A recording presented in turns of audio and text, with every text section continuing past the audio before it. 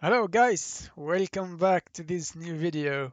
So after posting so many video setups, I thought about why not giving you some insights on how to build a basic setup and also to explain the setup pages on RFactor2. So we will have two topics: how to build a base setup for the GTEs and GT3s, and for those who want to know more, I'll explain on the setup pages one by one. So, disclaimer, of course, this is a little bit of an alien, but I'm not an alien. Okay, so I will not give you some tips on how to be an alien because I'm not one. Very easy. And I have experience with setups. This is for sure. What I'm going to tell you about setups is what it works for me on RFactor2, and this is not what is on the books. What's in the books and theory, keep it in the books. This is different. So it's also different. It doesn't apply on iRacing and it doesn't apply on Assetto Corsa. It applies only to RFactor2. It's important from the beginning to have in mind that what I'm going to say and share applies only to RFactor2. Okay, so take notes and then give it a try. Very important. So I'd like to remind myself and everyone with basic rules about setups. So the basic or the default setup may be good. So don't waste your time starting from scratch. And your previous setup, the one you are happy with it, may be also good for the track or the race you're going to do. Third, you need to learn the track before changing anything on the setup, and you have to master the driving line. It's important to master the driving line before playing with the setup. You may take wrong lines and you are out of the optimal grip on the track. So you try everything on setup and it won't resolve this issue. So the first thing to do, learn the track, master the driving line. And of course, you need to drive on the same track conditions. You cannot build a setup on a green track or on an evolving rubber on the track. So the rubber should be static, so the same at the beginning of the session and at the end of the session, so you have clear understanding of and clear view of the changes you've made on the setup. So my setups are optimal for my driving style, and this does not mean necessarily that you my setups are very good or optimal for you. I usually build setups, or the setups I sh are built on the optics of safe setup that may work for everyone. Okay, there are not optimal setups for everyone. It's not possible. Everyone has his own driving style.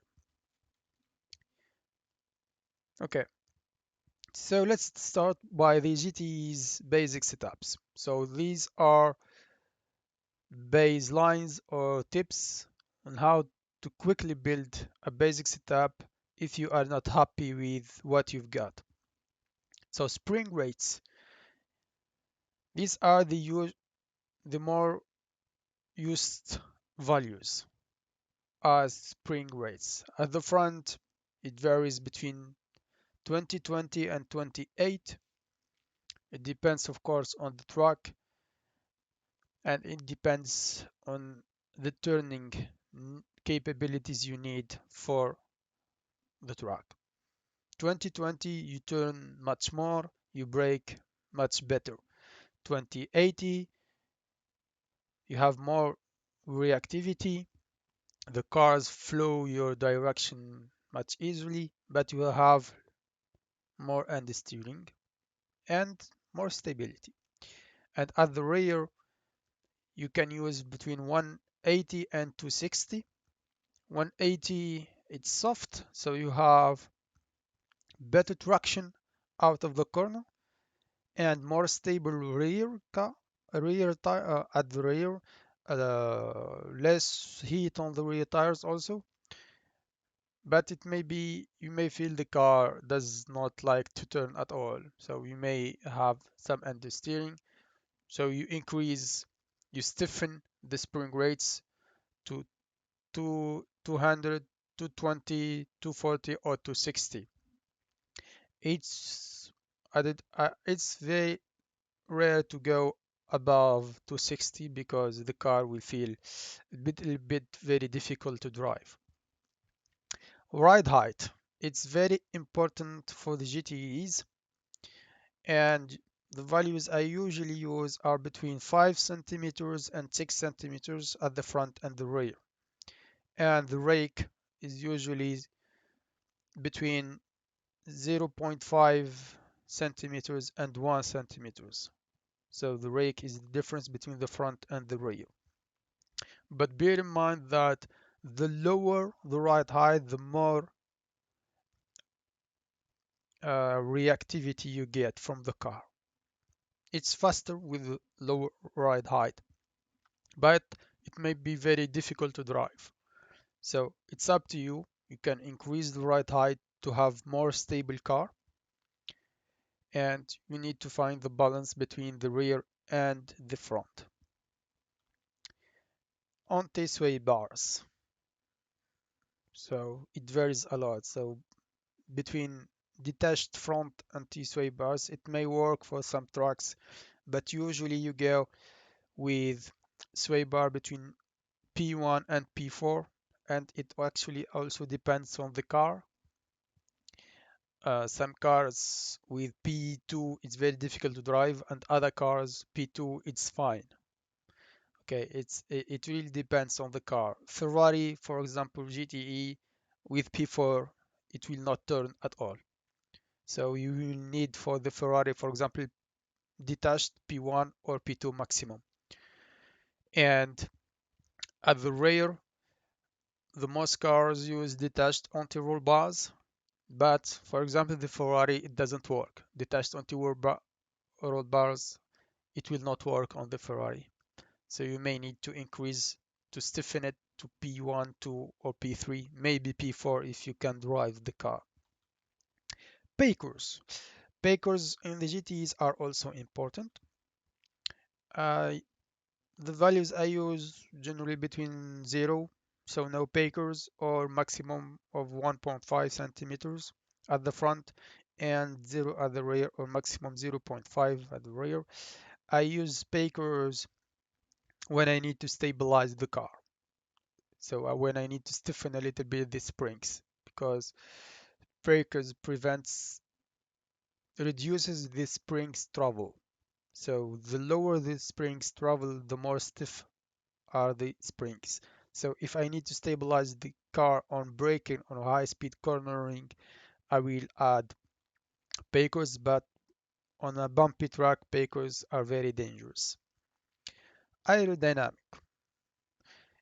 This is very difficult because it varies, it depends on the car and the track, but more on the car. For example, I think the BMW and the Corvette C7, you cannot drive them with rear wing P1. You need to increase the wing. But the Aston, the Ferrari, you can drive them with rear wing P1 easily. So it depends on the car, and also it depends on the aero package you use. Camber. So the camber on RFactor2 The minimum negative value is usually the best because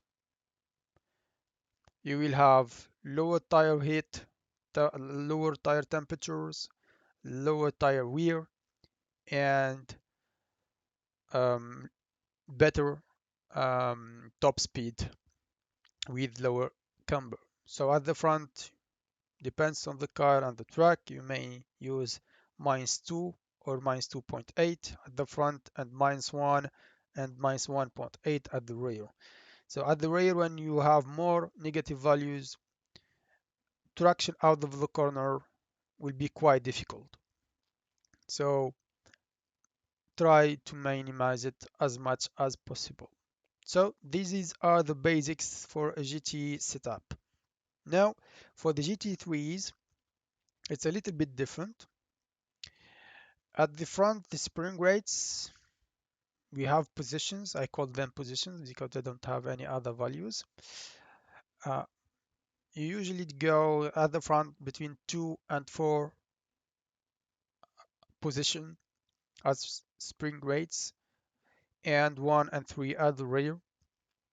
But for some cars, maybe you will go with the opposite. For example, the Porsche, I think you need to go with the opposite to have less understeering. But usually for most cars, these may work. Ride height, GTEs use the minimum possible. Okay, they don't bottom out at all. Antisway bars, it also vary between. It also depends on the car. For example, the BMW, you may need very stiff anti-sway bar in order to have a stable car, but you can also use for with the Corvette a detached anti-sway bar. So it really depends on the car. Pakers, don't use Pakers on the GT3s. I personally didn't use them at all. Maybe I missed something, but usually don't use them. They takes away too much of the mechanical grip of the car. Aerodynamics, of course, depends on the car and the track. The Corvette, you may go everywhere with one rear wing or P3 maximum.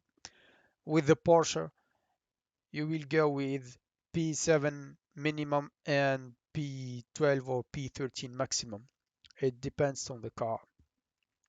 Camber, always the same. Use the minimum camber possible. It's always better.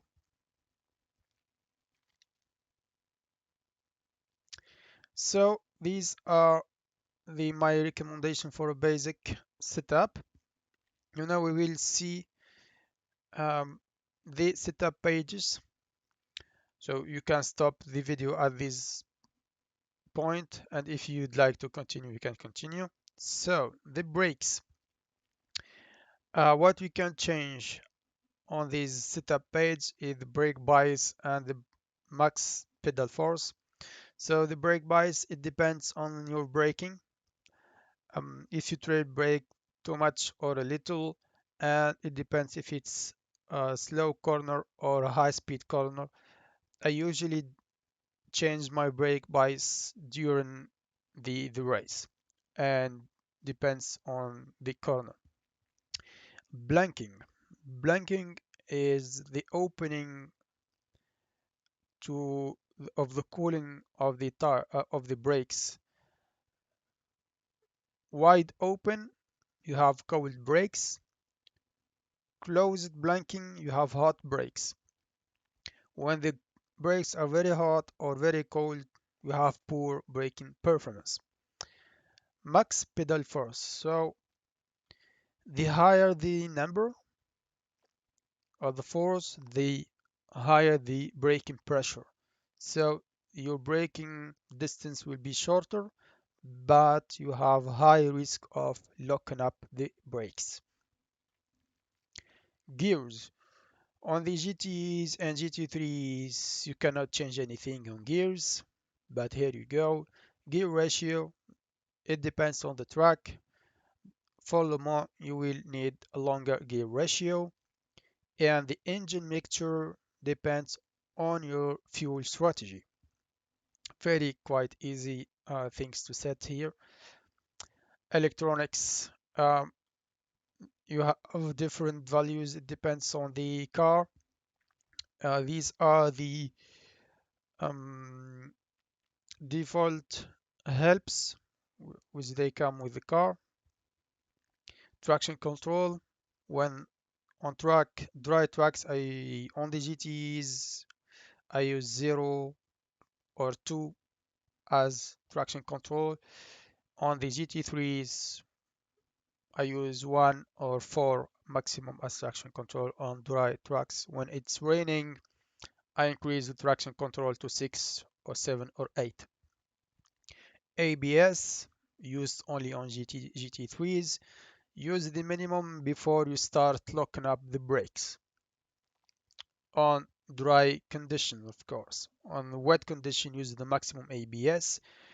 On dry condition, use the minimum, but you can go with 8, 9 as average ABS position. Chassis. For GTEs, GT3s, you can't change anything, but you can change the steering range or lock. The higher the lock, the higher the steering. So you will feel the steering is more reactive. The caster, you cannot adjust it for the GT3 or GTEs, but usually you will get more feeling or heavier force feedback.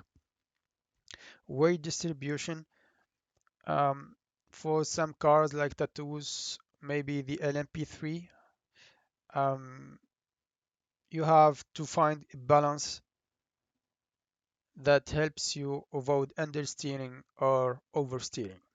If the car turns too much or does not like to turn, you have to adjust it, but adjust this at the end of your setup adjustments. Tires.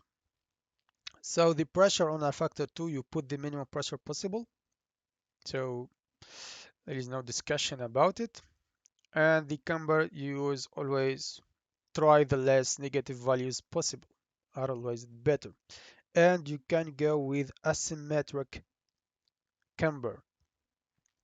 Okay, if for this example we are always turning right, so we have more right turns and more high speed right turns, we will have higher negative values on the left than on the right.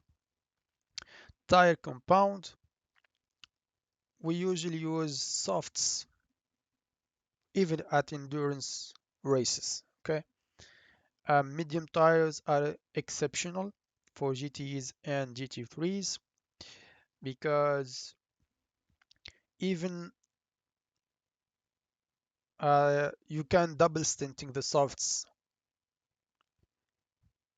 Okay, and even at low, when their thread is very warm and very used, soft tires still performing better than used medium tires. If the soft tires cannot double stint, you can go with the mediums, but you have to do full stint before you decide. But usually go with softs. And when you set up the car in the you have to pay attention to the tire wear and tire temperatures on the screen. So this everyone have this screen.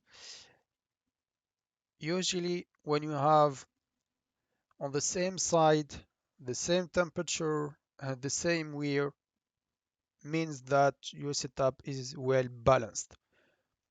Usually not 100% because it depends on your needs on the track, but usually the more even we're on the same side means balanced setup. So the springs, so these the front spring rate. So the stiffer the springs, the higher the ride height. Okay, so it will you will have higher ride height, especially at high speed, and the car will feel more responsive. But at the same time, you may encounter some understeering, and you may hit more the front tires. But you will have less braking performance. With stiffer rear spring rates or stiffer springs, you will also have a higher ride height, and you will have more reactive rear end of the car. So the car will be turning much more better, but the rear tires will heat very quickly, and the temperature will go very high.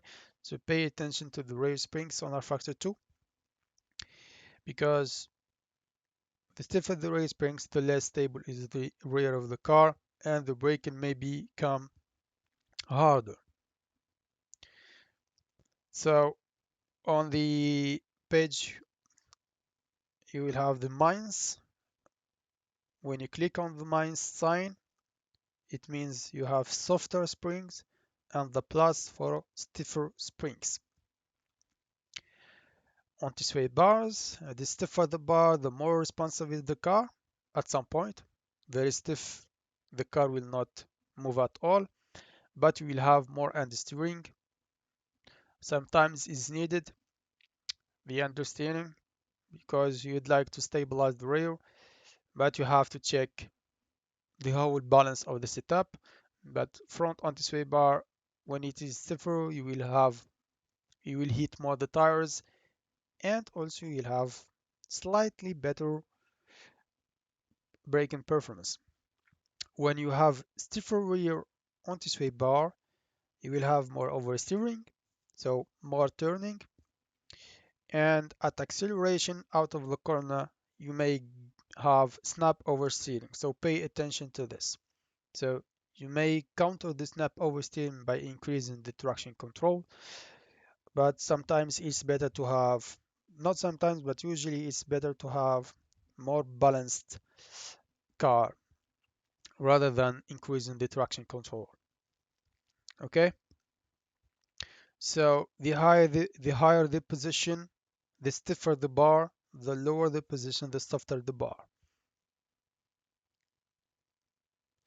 Ride height. When you increase the ride height at the front, you will have more stable car, less responsive, more understeering. With more understeering, the understeering will introduce more heat into the tires, and the higher the front end gives you more top speed at high speed, of course. Rear ride height. So the higher the rear, you will have more turning, especially at high speed corners, but you will hit more the rear tires. The car will feel less stable, and you will get less top speed. So minus to lower the car, plus to have a higher ride height. Toe in and toe out. So toe in negative values, we usually use them at the front. It helps with the initial turning, but you heat up more the tires and you have less top speed. With the rear toe out, so positive values, you will have more stability at the rear end of the car at high speed, but you will have higher tire temperature and lower top speed. So at the front, when you click on the negative sign, you will have more negative values, and when you click on the plus, you will have less negative values. And at the rear, when you click on the negative sign, you will have less positive values, and when you click on the plus, you will have more positive values. So, and you can see that there is minus on the front and the rear is positive. Bakers. So the baker, I use them to have more stable car at high speed or to get a little bit more of top speed, but on bumpy tracks and on the curves or rumble strips, the car will be very dangerous. So pay attention to bakers. Use them only when it's necessary. So the suspension slow bump. So the slow bumps controls the movement of the chassis or the weight transfer under braking and acceleration. The softer the front slow bump, the more turning you have and the better the braking performance. But you will have less top speed, especially on the high speed tracks and the prototype cars. Uh, Front slow bump may affect top speed, and you will get less stable car at high speed cornering because you allow very fast weight transfer with soft slow bumps.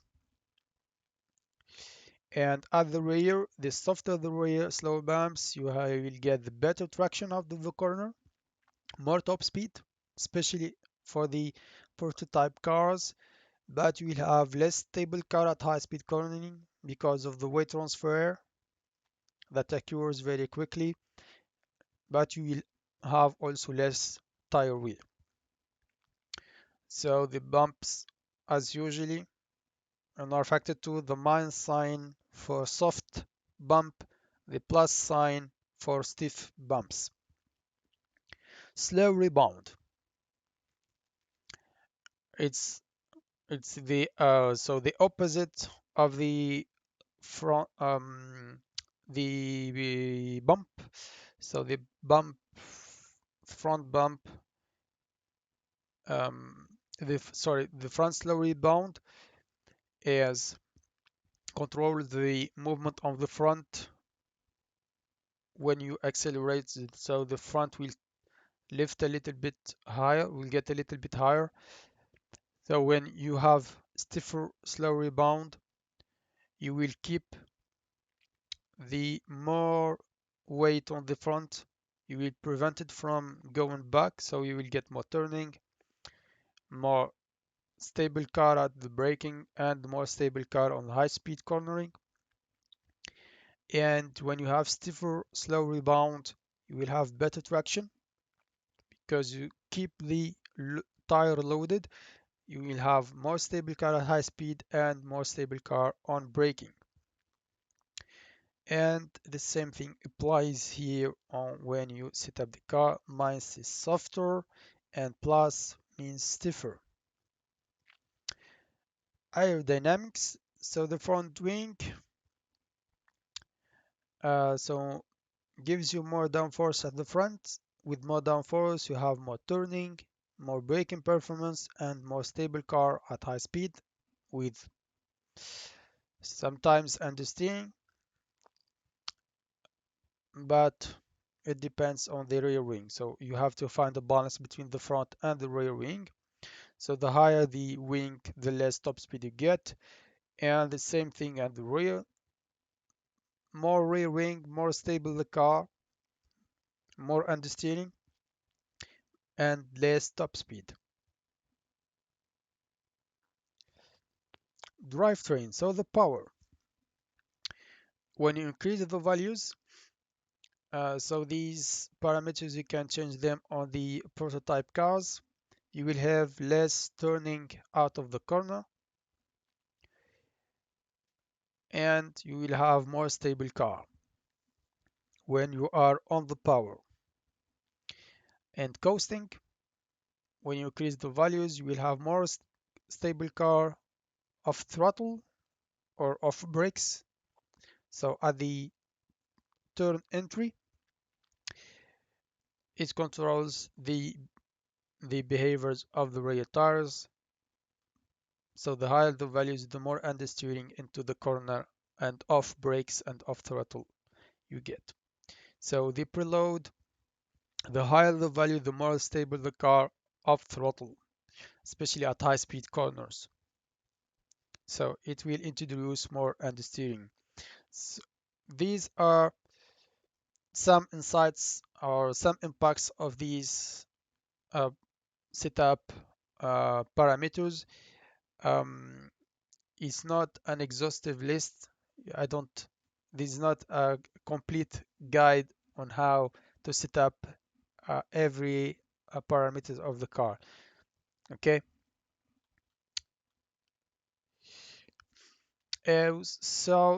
Thank you very much, and I hope this is very helpful for you guys. Don't hesitate to put something comments and share your experience with RFactor2 setups. See you next time.